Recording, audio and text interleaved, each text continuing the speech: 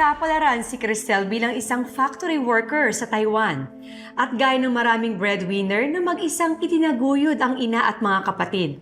Naisang tabi na ni Cristel ang sariling kaligayahan at tumanda ng dalaga. Pero sa kanyang pagbabalik ng Pilipinas, mahanap na kaya niya ang sobrang ilap niyang love life? Tungkol dyan ang kwento natin ngayong Sabado dito lang sa Tadhana.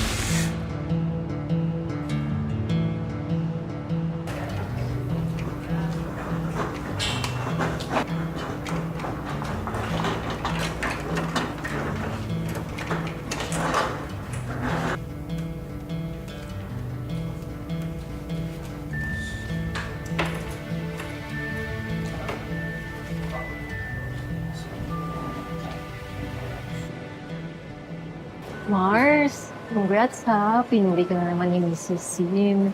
Favorite ka niya talaga eh. Kahit hindi ka pa up for renewal, gusto ko na agad pupirmahin ulit. Hindi naman. Ginagawa ko lang yung trabaho ko. Tingnan mo, halatang miniigit na sa'yo.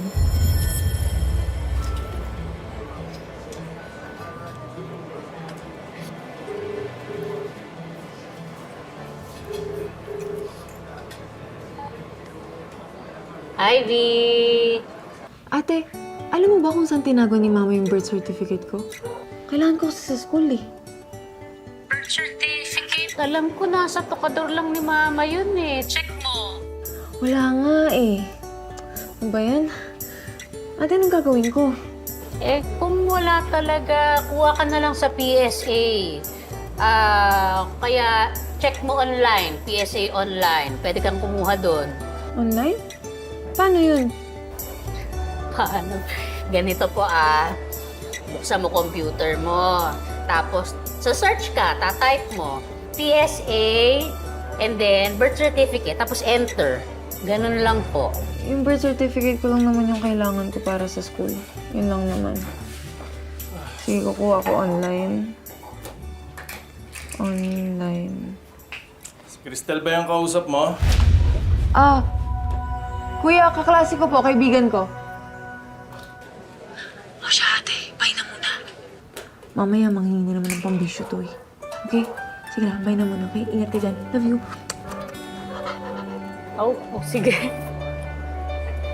Kaloka naman yung sisteret mo. Bakit pati birth certificate kailangan pang itawag sa Yan mo na. Baby yun eh. Yun yung issue eh. Masyado kang mabait sa mga kapatid mo. Konting request lang nila, ibigay ka agad. Kaya hindi ka makauwi-uwi eh. Tingnan mo, malapit na yung birthday mo. Mag-31 ka na, pero hanggang ngayon, no boyfriend since birth. Ano na? Landi-landi din. Pati love life ko, pinupundirya mo, mare. Magbabakasyon din naman ako eh. Pero iniisip ko kung nag-i-extend ba ako o pipirmi na nga. Kasi nakaipon na ako para dun sa jeep ng kuya. Tapos okay na yung yung para sa sari-sari store. Check na yon. Yung kay Ivy naman, for sure naman makakakuha ng yun eh, ng full scholarship sa Maynila. So konting-konti na lang talaga ang kailangang itulong sa kanya. So, okay na. Cliste, Ay, ma'am. I would like to talk to you in private at my office later at 1:30 p.m. Yes, ma'am. Okay? Gigi, sure.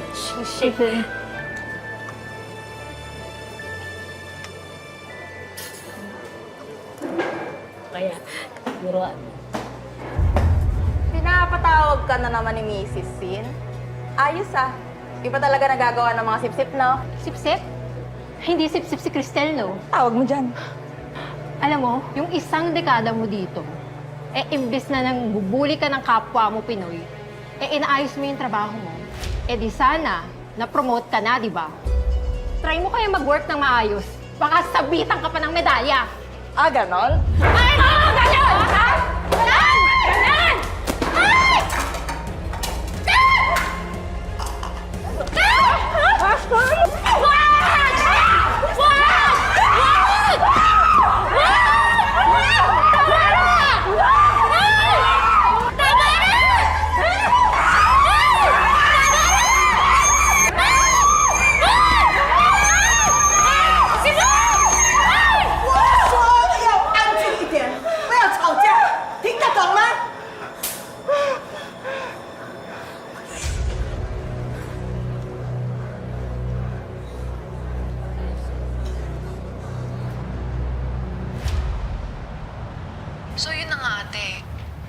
kasali ako sa cotillion sa prom. So, Kailangan maganda yung damit ko, di ba?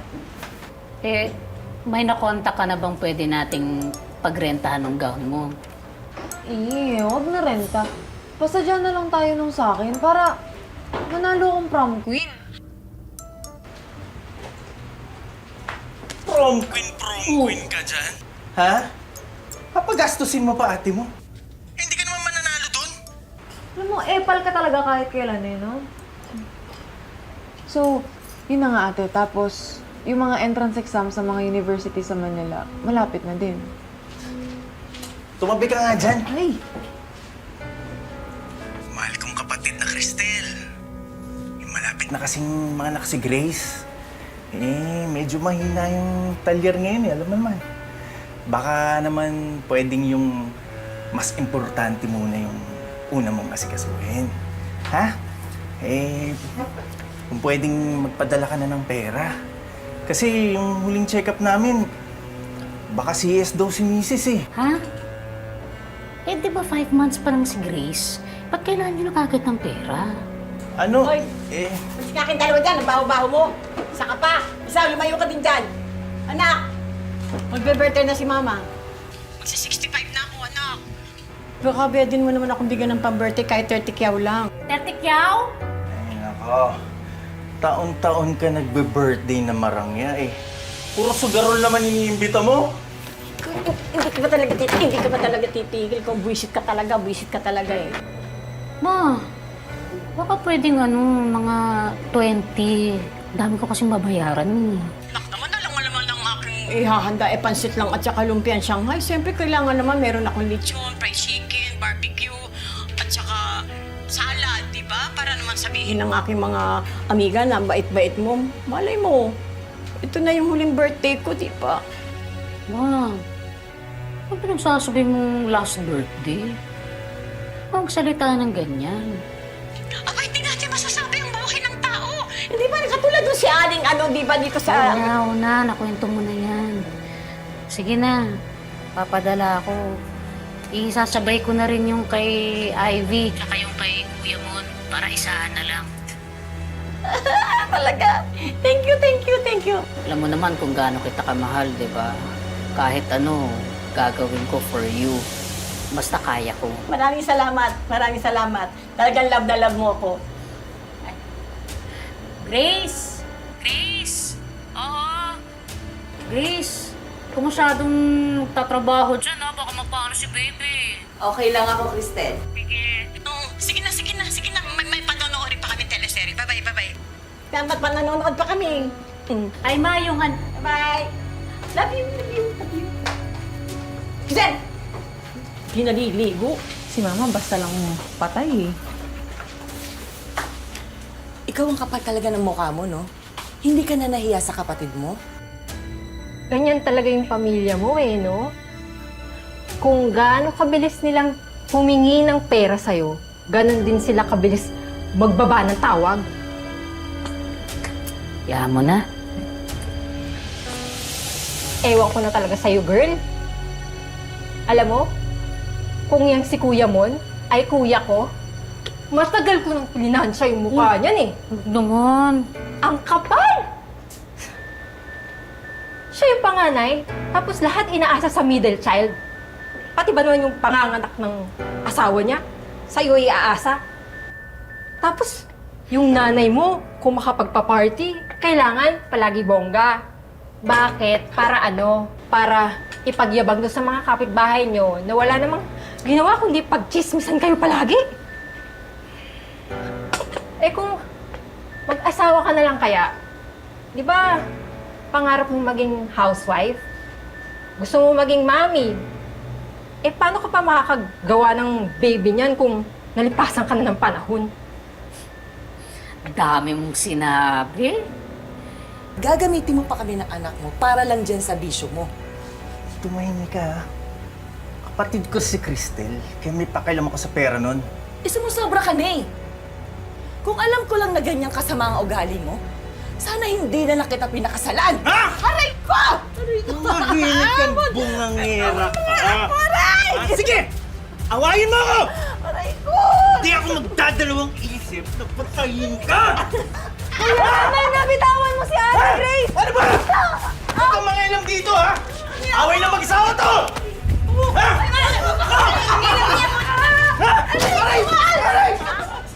Walang yan mo talaga, manang-mana ka talaga sa amo sa kawalang na.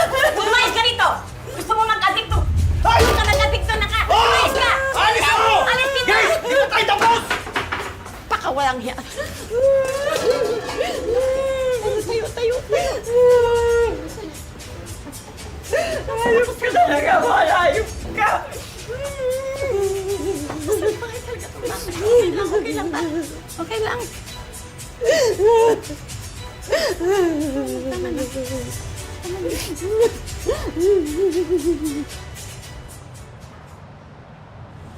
Yes! Sinuswerte talaga ako sa araw na to. Panalo na naman. Buisit talaga. Talo na naman. Ano ba yan? Bakit na lang akong talo? Malas talaga, malas.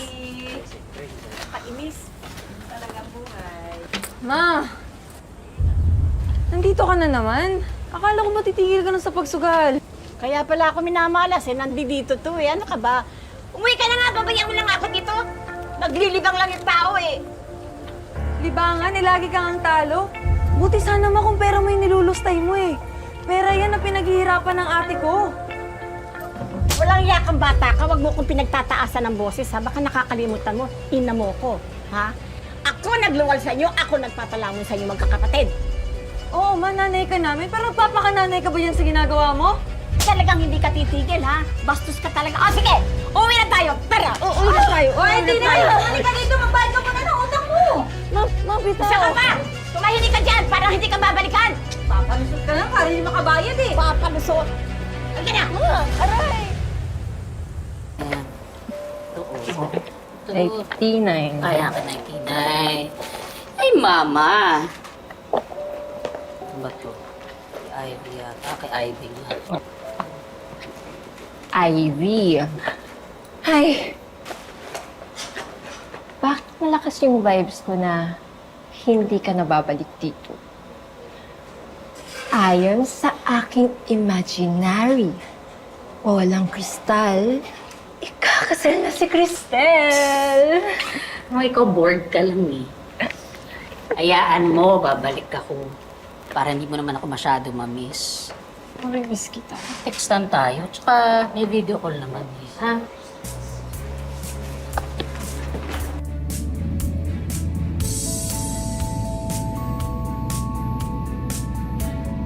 Mama! Basta ka na! Ang ganda-ganda! Okay, ang ganda dyan! Anak! Ay, welcome na! Aray! Ay, sorry. May pasa ka dyan, te. Hindi mo nang pansinin yan. Pumasok na tayo para makita na natin agad yung mga pasalubong. Oh. Saka si nanay, naghanda ng pansit. Kuya, ba't may pasa si Ate Grace? Sinasasaktan mo ba siya? Hindi Nauntog lang yan sa pader eh. Text ng text, hindi na kita dinadaanan. Tara na, gutom lang yan. Pasok na tayo. Ako na to, kuya.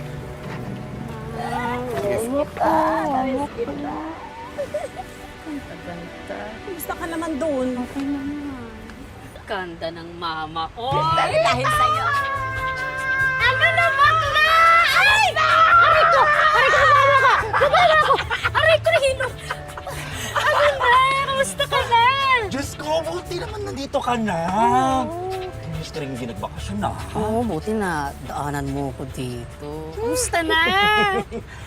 Wait, may pa-birthday si Martina. Oh? Oo, tapos sinabi niya, invite ko na lahat ng mga kabatch natin. So paano? Sundin kita Saturday night? Huwag na, nakakahiya. Nakakahiya. Eh, Diyos ko, isa ka sa mga Diyosa ng batch natin. Tsaka ikaw yung pinambabato namin dati sa sayawan, di ba? Hindi po. Na nakakahiya. Alam mo naman, isa akong hamak na factory worker lamang. Hamak na factory worker? Ano ka ba? Basta work, maging proud ka. Tsaka, basta hindi ka nalulong sa bisyo. At saka legal naman yung ginagawa natin, di ba? Legal naman. Ay! Mother! You're there pala. Yeah, kanina pa. Oo. Baka naman po pwedeng pumasok muna kami, no? Kasi kararating lang ng anak ko eh. Parang gusto mo nang kunin. Ito naman, si Mother naman. Grabe na naman kasabing kukunin ko yung anak niya. Eh, hindi ko naman itatanan yan. Diyos ko, baka matamaan pa ako ng kidlat dito. O siya, ayos na ako ha. At may pupuntahan lang ako. May inimit lang ako. Jowa? Basta, Sabado ng gabi, susunduin kita. Malay mo sa reunion. Magkakajowa ka na? Bye-bye! Lalamig yung aming piloto. Bye! Bye! Sige, pasok na po kayo. Bye, text na lang tayo. Sige, see you later. Sige, bye-bye.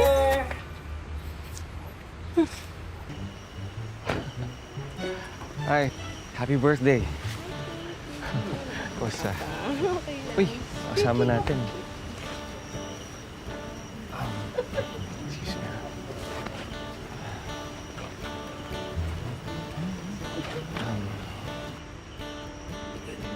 Hi, Cristel. Hi, Anton. It's been a while. Pinlano niyo to, no? Uy, muling ibalik. Ang lapin ng nakaraan. Excuse me Excuse me lang. Sorry. Sorry. Sorry. Pasensya ka na, friend ko. Dad, sorry. Nice lang. Ano na ba nangyari sa'yo? Kwentuhan mo naman ako. After college, nag-work ako sa Makati. Tapos, sinuwerte, nakakuha ng work sa Dubai. Bali, mechanical engineer ako doon. Pero now, I'm planning to move to Canada. Meron kasing magandang offer doon sa isang company sa Toronto. That's nice. Paano yun? Ano kasama mo? Wife mo? Or girlfriend mo? Actually, wala akong asawa. Gusto mo ba? What do you mean? Anong gusto?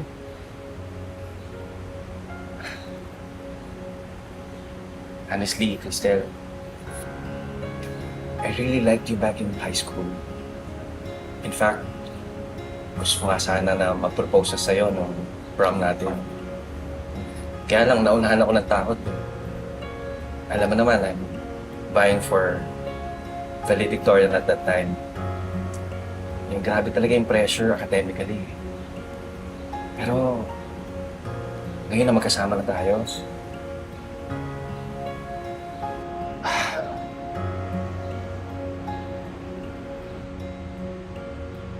Pwede ba kitang ligawan?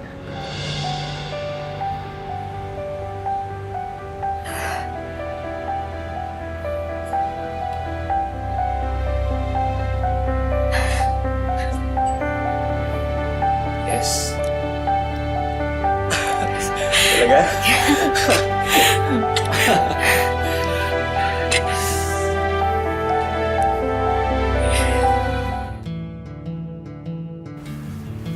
Dito mo lagay.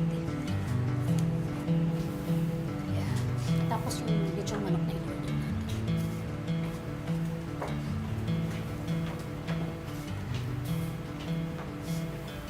Tara, Ivy! Anak, bakit mo ba kami pinagbihis? Bakit ba? May tato na pagkain. Tara! Oo. Ayan. Ano bang meron? Dahil kumpleto na tayo. Ivy, alika na. May announcement ako. Pupunta dito si Anton, boyfriend ko. Boyfriend na ako. Actually, pupunta siya dito kasama yung mami niya.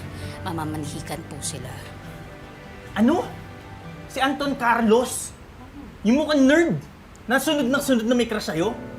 Oo, kuya. Alam ko mabilis, pero kakasal na kami. Anak, hinay-hinay naman. Bakit ka ba nagmamadali magpakasal? Hindi ko nga alam na nagkakaseryosohan kayo ng lalaki na yun eh. Ganun ba yun? Siyempre, gusto ko rin mag-asawa. Gusto ko rin magkaroon ng pamilya. Paano na may responsibilidad mo? Paano kami? Paano pag nagpakasal ka? Iwan mo na kami? Ganon? Ma, hindi naman ganun. Hi, Han. We're here. Hello. Hello po, tita. Hi, we bought this for you. Tita Violeta, mama ko po. I know your mom. I know her very well. Siya pala nanay mo. Opo.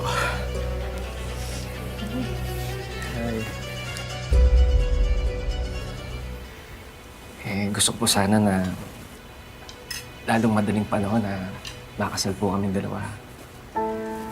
Bago po ako magpunta ng Canada, meron po kasi akong offer sa Toronto that will be a big help for our family's future. And siyempre po gusto ko na sumunod agad si Cristel doon. Canada? Eh, layo-layo nun.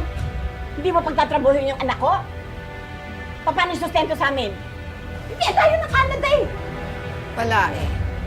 Hindi naman pababayaan ng anak ko yung anak mo. Responsable ang anak ko. At saka isa pa, tanda na yung anak mo. Anton, baka naman pwede na muna hintayin ng mga anak mo ni misis ko. Kuya, naisat na namin yung kasal. Tsaka, mauna po si Anton sa Canada. Bale, ako mag-work muna ako sa Taiwan for like a year. Tsaka ako susunod sa kanya pa Canada. Ma, huwag naman kayo mag-alala. Si Ivy ho kasi yung pag-aaral niya. Ako naman ho bahala dun eh.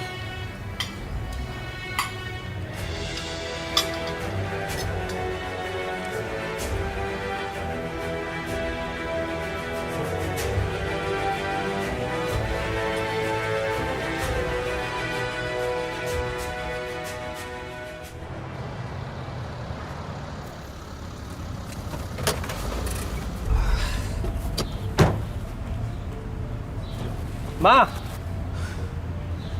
Yan ba ang pamilyang gusto mong pakisamahan? Yung kuya batugan, yung ina, sugarol, madaming utang, mukhang pera. Notoryo siya sa pasugalan eh. Mahilig pang mangutang. Ma, iba naman si Cristel sa pamilya niya. Di ba pareho naman kayo ng nanay niya? Mahilig sa sugal. Excuse me, ako kasino pero walang utang. Siya, may utang. I know my limits. Wala akong utang. Anton, are you really sure na ipopostpone mo yung paggawa ng resort sa pag-move mo sa Canada? Is it worth it? Ma, the resort can wait. Kahit 1 year lang. Pero negosyo rin yun. Sayang. Makaakyat na nga. Where's the bride? She's 15 minutes late. Nakakahiya na kay Pastor saka sa mga bisita natin, oh. Ma, baka na-late lang sa traffic. Nakakahiya. Ang dami na nating nagastos for this. Ma, please. You're not helping at all.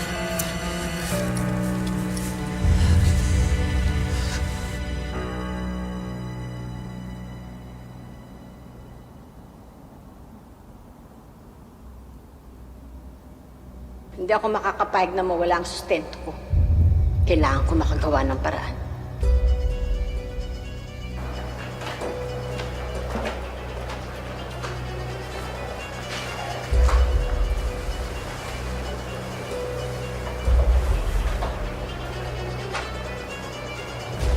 Ma, baka mag-trauma dyan.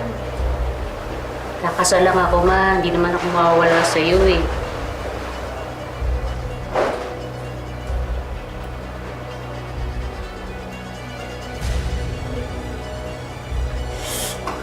Ray. Ma. Tanay! Ma! Ma! Teka. Tawagin ko kuya. Kuya Mon? Ivy? Pakicheck nga si Mama. Aray ko, sakit! Aray ko, sakit! Ang sakit! Aray ko, ang sakit! Ang sakit! Sakit! Aray ko, ang aray ko!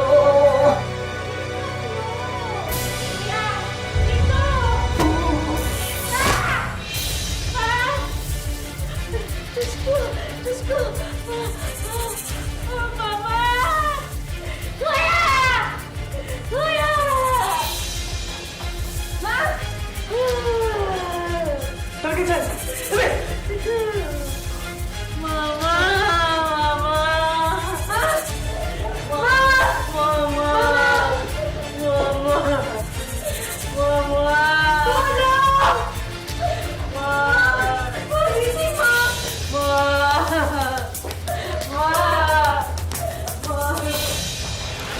Yan ba ang gusto mo pang asawa? Yung inuunan niya ang pamilya niya kaysa sa'yo? Gusto mong lumaki ang apo ko sa mga pamilyang nananakit at inutil? Mag-isip ka, Anton! What do you want me to do? Kalimutan mo ng pamilyang yon. Kalimutan mo na si Cristel! Hindi ganun kadaling mag-end up ng isang relasyon kagaya ng hinihingi mo. So pipiliin mo siya kaysa sa akin?